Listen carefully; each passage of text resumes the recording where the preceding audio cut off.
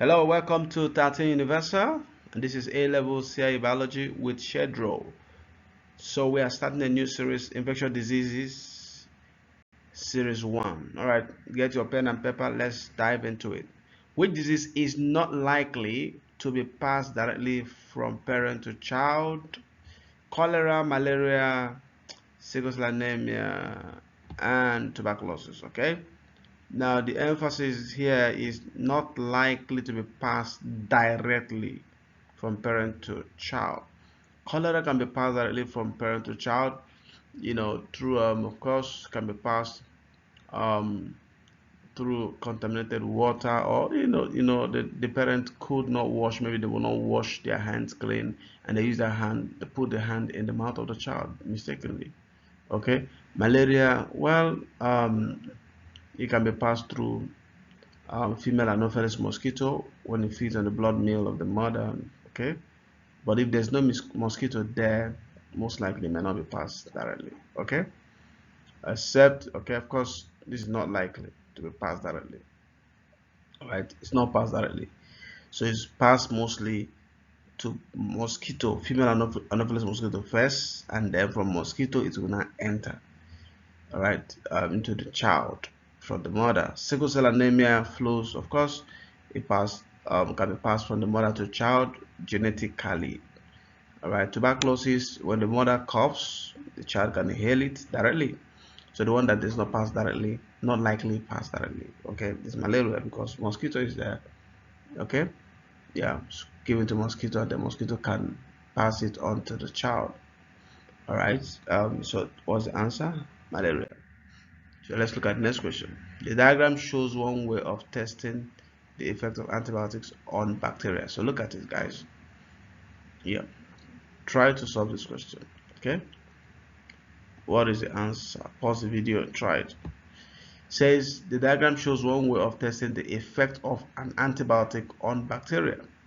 So you can see that there's colonies of bacteria. That's after 5 weeks. This is diameter of inhibition. This area shows the area that is inhibited. So, and of course, by the antibiotics impregnated into this disc paper, filter paper. So the table shows the result of testing 5 different types of bacteria. Zones of less than 13 millimeters showed presence of resistant bacteria. Which statement can be supported by this data? All right. The first one says bacteria become more resistant to antibiotic over time. Remember, they said the zone of less than 13 millimeters showed the presence of resistant bacteria, and this says bacteria become more resistant over time. Okay, let's look at number one. So over time, this is week 1, 24, diameter of zone of inhibition is 24, week 2, 21.9, week 3, 19.0, week 4, 17.6, week 5, 14. So it never gets to less than 13 millimeters. All right, if it gets to less than 13 millimeters, this statement will be right. But over time, bacteria 1 does not get resistant. It doesn't become more antibiotic resistance. Why? Because till week 5 it is still less than 30 millimeters. Okay, so look at 2 shows something like that. Yes, 3 shows a trend, 4 shows a trend over time, but 5 does not show. So 5 and 1 do not show the trend. So we eliminate A. B says only types 2, 3, and 4 of the bacteria show resistance to the antibiotic. Yes, of course. Look at type 2. Over time, you see, at week, okay, starting from week 3, type 2 and 3, they're already less than 13. The diameter of zone of inhibition, this is 12.2, 12.4, so it's less than 13. And if you go on less than, now this from week 4, bacteria 4 also shows resistance. So 3 of them show resistance. Okay, so B is the answer, but let's look at C. The antibiotics can be used to treat all the types of bacteria. No, it cannot be used. All right, it can only be used to treat 1 and 5. So because bacteria shows resistance in 2, 3, and 4. All right, 5 and option D says type 5 of the bacteria can never become resistant to the antibiotic. It's going, or if you continue, it's going to end up. All right, so the answer is B. So smallpox has been eradicated, but not malaria or cholera. Which statement correctly explains this? These are the statements. First one says cholera bacteria in the. Let me list it. Process it. Process it. Process it. All right. So smallpox has been eradicated, but not malaria or cholera. Which statement correctly explains this? Number one says cholera bacteria in the intestines are not destroyed by antibiotics. Okay, so we're not talking about antibiotics, we're talking about antibodies. Okay, antibodies, right? So but however, this is a typo error. This is supposed to be antibodies. Yeah, cholera bacteria, they hide, right, the antigens in the small intestine. That's called antigenic cancellation. So this is why cholera is not easily destroyed. Okay, all right, by antibodies. Then number 2 says plasmodium antigens change during the life cycle. Yes, plasmodium is a eukaryote. It has many surface antigens, so they change, all right, different life cycle. So 2 explains that. 3 says smallpox antigen remains stable. Yes, that is why it was eradicated. There was no antigenic variation. Didn't change it. Okay, no mutation. So it worked. 4 says vaccines only work against virus. No, vaccines work against all pathogens. So 1, 2, 3, 4 correct. The next question: which of the diseases listed in the table are only treatable using antibiotics? Now, the ones that are treatable using antibiotics are the ones caused by bacteria. Cholera is caused by bacterium, so ABC. Measles is caused by virus, okay, virus. Cholera is caused by Vibrio cholerae. So that is not treated using, okay, antibiotics.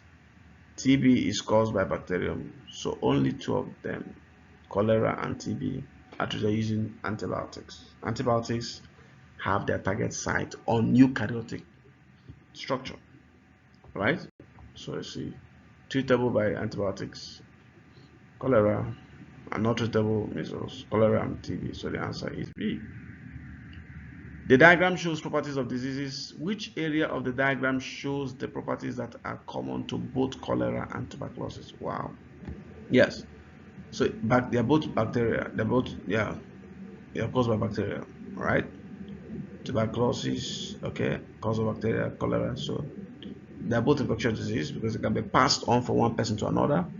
Transmitted by airborne droplet. No, this is only for tuberculosis. Cholera is through contaminated food and water. All right. All right. So this is it. A is the answer here. Let's move quickly. The disease smallpox has been eradicated by a worldwide vaccination program. Which set of reasons correctly identifies the problems associated with planning vaccination program to eradicate other diseases? Yes. Tuberculosis invaded gut cell. No, it doesn't invade the gut. Different stages with different antigens. So this is for malaria parasite. See, it says different vaccines need for active and dormant. Okay, dormant to active forms. Yes, because sometimes it lives at in dormant stage in the body for a long time. This is genetically inherited recessive. No, TB is not genetic, so C is the answer. From here now we're limited. Okay, if you go on, let's check C again. See, malaria, different stages with different antigens invades the body. Yes, that's correct. Sickle cell anemia, genetically inherited recessive condition. That's correct. Cholera invade gut cells where immune system less effective antigenic cancellation. So C is the answer. All right. Which details are correct? Okay. Disease. Let's check. AIDS, use of condom during sex. Okay, can control that, but you don't treat with antibiotics. So this cancels A.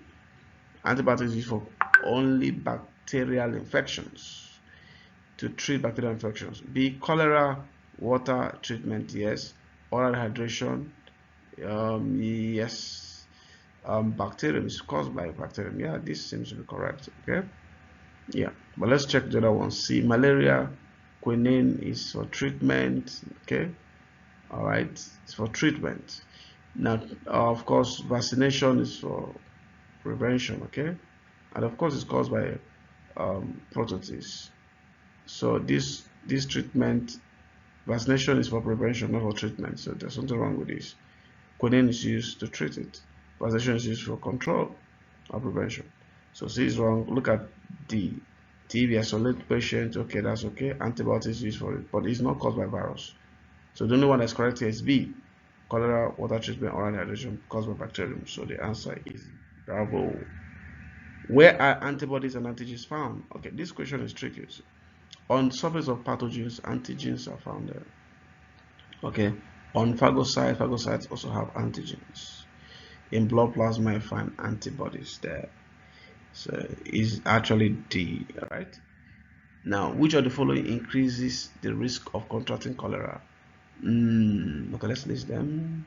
Oh, okay, good. Yeah, the answer is already A, mistakenly. So drinking unpasteurized milk. Now, cholera, all right, is not transmitted through unpasteurized milk. Unpasteurized milk is for tuberculosis, right? All right, so this is for tuberculosis. Eating shellfish which have been fed or raw sewage can transmit cholera. Untreated sewage, okay, transmit cholera. So 2 is cholera. Living on bacterial condition, this is for tuberculosis. 1 and 3 are for tuberculosis or measles. Okay, this was for measles. So 2 only is for cholera. All right. So that is it. The answer is A. Which of the following 2 diseases are caused by viruses? HIV. Cholera is not caused by. Okay, let me list it for you. Pause the video and try it. HIV is caused by virus. Cholera is caused by tuberculosis. Out. Malaria is caused by prototists. Cholera is caused by bacteria. Out. Measles caused by morbilliviruses. Smallpox caused by variola. They are all viruses. Yes, correct. TB is caused by bacterium. So C is the answer. Alright, thank you so much for hanging out with us. So we're going to be doing series 2 later. Okay, so don't forget to comment on our videos, share and like our videos, subscribe also. Thank you. Bye.